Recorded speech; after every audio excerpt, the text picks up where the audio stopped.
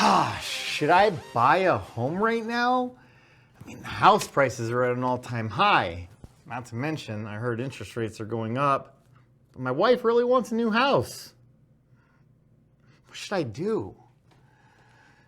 Well, if you're asking this question, you're not alone. Lots of people are confused. If now isn't okay to buy a home because they don't understand the risks and they don't have a strategy. Are you concerned with the news and not sure what to believe? Believe me, I've been there before, right with you. So look, in this video, I want to talk to you a bit about the history of not only how we got here, but also where we're going to go as a result. Because by doing this, it'll help us decide if we want to wait or if it's something that we want to buy now, which is the best way to minimize our risks. So the whole point of this video is I want you to understand at the end of it, if you are in the market for a home, is it a good time for you to buy a home? Hey everyone, welcome to my channel where we discuss everything investing, savings, debts, finance, real estate, and more. My name is Tim and I'll be your host. I'm also a mortgage owner and a broker and also an investor myself. All right, so look, let's just get right into it. First of all, let's answer that question exactly how we went from the worst real estate market back in 2008, that was called the Great Financial Crisis, to what was known as the biggest real estate boom the world has ever seen. Well, it all started with a pandemic. You know, the coronavirus, that hit us in March of 2020. And it was a very new and widely unexpected phenomenon. In fact, pandemics are so rare. The last one of this magnitude was all the way back in 1918. That was known as the influenza. So basically what happened is the government got together and they decided to discuss what they should do as a response to such a shocking worldwide event. This meant calling all of the public health emergency doctors and researchers to get together, which meant that they'd need the help of agencies such as the CDC. And then this little tiny guy named Anthony Fauci, who was supposed to be like the best infectious disease doctor. Anyway, there were choices that they were faced with, okay? The government felt like in this emergency situation, they could either keep housing as stable as possible by not allowing landlords or banks to displace the occupants of homes, regardless of their payment status. They could do this through an emergency law that the government put into effect to stop the banks from foreclosing and then stop the landlords from evicting tenants, regardless of whether or not they followed their lease obligations or their mortgage obligations. Well, what did they decide to do? Well, the response needed to be immediate. So they chose to take the path of least resistance and halt all foreclosures and evictions. This way, we didn't have millions of homeless Americans wandering the streets, getting COVID, suffering, possibly dying, and also spreading the disease to others. Well, that led the Treasury to work with the Fed and Congress to pass a bipartisan emergency bill to not only keep people in their homes, but keep them paid and employed as much as possible. And they did this by introducing something called a PPP loan, which is a forgivable loan that they gave to small businesses to allow them to pay their employees as long as they weren't letting them go or cutting their wages in any way. They didn't want, they didn't want the pandemic to also have people facing hard times financially, okay? In other words, the government felt that it was best to pay us to stay at home while they got this whole thing figured out. So originally the PPP program was designed to keep us home and pay us for about 2.5 months for all employees, which seems like a relatively long time, but now we're dealing with COVID. And all of a sudden, it's 2.5 months isn't a long time, right? So at the end of 2 months, they knew, hey, look, the government knew that there was more about the disease that we needed to learn. But we knew this, we needed a vaccine to slow down the spread in order to really be able to reopen the country and the world. Try to get back to some normalcy of a life. So This kept the housing market artificially suppressed, but then they decided, let's go ahead and lower interest rates. And here's what happened. They lowered interest rates to the lowest that they've ever been in the history of mortgages ever. This caused the demand for housing to fly through the roof. Well, since the government had come up with a forbearance plan and they banned evictions, it took a ton of inventory away from the market. Well, not to mention a lot of companies were allowing people to work from home, which caused a lot of movement throughout the country. For instance, people in California realized that it was a lot cheaper to buy a home in Boise, Idaho for about half or more, still get more home than in California. So they called this thing the Great Migration, where people were moving around but with limited inventory, created by tons of government demand. That's what we did. We saw the biggest real estate boom of all time, even exceeding that of the early 2000s, where we saw the biggest bust.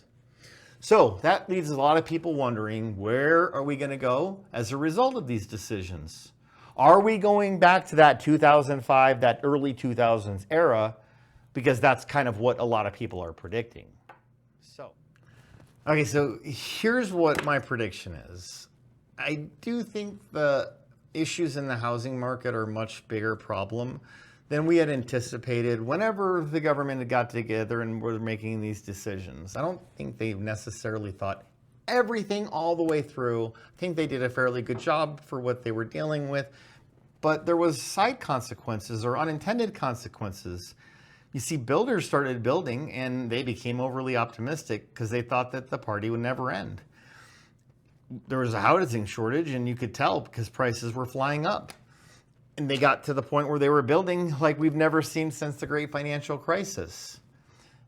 Then crazy things. The supply chain issues started happening, which hindered the builders from even being able to finish the houses that they already sold, but they needed to get them finished so that they could close on them before the mortgage rates went up. Well, guess what? The mortgage rates have gone up. And that was certain to happen at the minute inflation got out of control. Because when inflation gets out of control, the way that the Fed deals with that is by raising interest rates. That way things cost more. When things cost more, it tends to slow down spending. So now as a result of inflation not only being persistent, but it's also been broad ranging. It's really throwing the entire global economy out of control. I believe that we're starting to see unsettling in some of, if not all, of financial markets and even real estate markets. Consider China and Turkey are both starting to collapse right now. Meanwhile, guys, we have a war going on between Ukraine and Russia, and there seems to be another war possibly brewing up between Taiwan and China. All the while, we have this fun administration that really thinks that they should write more checks from the Treasury's General Fund, even though there's not a whole lot of money left in there, until it's exhausted, and then they just want to go borrow more, maybe by forgiving some student loans. That way later on they can tax us more and have us pay all those costs. Not to mention, we have laws that are hindering the rising cost of energy, also creating a compounding inflationary problem that's just going to keep on getting worse. So the Fed is in a tough spot right now because they have to make some moves. So what moves do they got to make? Well, first let's understand what are the Fed mandates. The Fed has two mandates given to them from Congress. The first mandate, number one priority of Congress, is called stable prices, meaning not inflation of 8.3%. The second mandate given to them is maximum employment. Now, I think right now we can all agree that employment is not much of an issue. I mean, they're taunting that unemployment rates are at the lowest that they've ever been. So they know there's no issue with employment. In fact, I think there's actually still not enough workers to fill a lot of the roles that are out there. So look, here's the bottom line. If you're looking to buy real estate and you're a first-time home buyer, this is a great time to start getting your ducks in a row. Why? Because we're probably going to see the biggest real estate sale coming up here soon. Here's my advice to my younger me, because I can't give you financial advice. I can't give you mortgage advice unless I'm your mortgage broker, but you know, I'm on YouTube right now, so this is just my advice to my younger self. I want to start learning more about real estate right now. I want to get the books by Ken McElroy and Robert Kiyosaki. By the way, Robert Kiyosaki's book, Rich Dad, Poor Dad, really helped me understand money when I first started getting into real estate. But Ken McElroy's book on the ABCs of investing helped me think of real estate in a different way. So I highly recommend both books. And not only that, they're both right here on YouTube. So go ahead, I'll link their channel right down here in my description so you can check them out. But I love both these guys. In different ways, they have different styles. I really want you to check them out. They're on YouTube. They're free to watch. All right. Next thing I would tell myself, I need to start making sure that I have two things in my job. Number one thing that I want in my job is stability, defined as being here for at least in the same field for 2 years. Number two, I want to have a good solid down payment of at least 3 to 5% of the purchase price of the home. At that point, we're going to have learned about Ken's method of BRRRR. I don't have a video on it, but they do over at Bigger Pockets. Actually, Bigger Pockets does such a good job of teaching this shampoo, which is just rinse, wash, and repeat. So guys, go check out Bigger Pockets podcast. They do a great job of teaching about real estate investing, taxes, and everything you need to know. Things that we're talking about right here on my channel. Okay, now look, probably one of the most important things that you guys can do in order to get really good at real estate is go ahead and hit that like button for the YouTube algorithm and tap the notification bell and the subscribe button so you get more videos just like this. Okay, so let's recap. Yes, investing in anything is a risk, and you could potentially have losses regardless of your strategy of when you decide to buy or what strategy you decide to use. It can also change your life for the better. So before you get into it, consider your risk appetite. How much money are you willing to put on the line? How much do you really want this? If you want financial freedom, then this is for you. The next steps are hard, but anybody can do them with just a little bit of time and effort. First, learn about real estate. Second, make a solid plan with your team of realtors, loan officers. Remember, you shouldn't get into real estate unless you plan on staying there for 3 to 10 years on each property that you buy, in my opinion, unless you're a flipper, then you know your business. Look, I don't like being a flipper myself because there's too many taxes involved. One of the things I like best is not paying taxes legally. Real estate, holding it long-term is a way that you can do that. All right. Well, guys, that's pretty much all I have for you now. Also, go ahead and check out some of my other videos so that you can learn more about real estate and investing wisely. All right, folks. Well, that's all for now. Thanks for watching.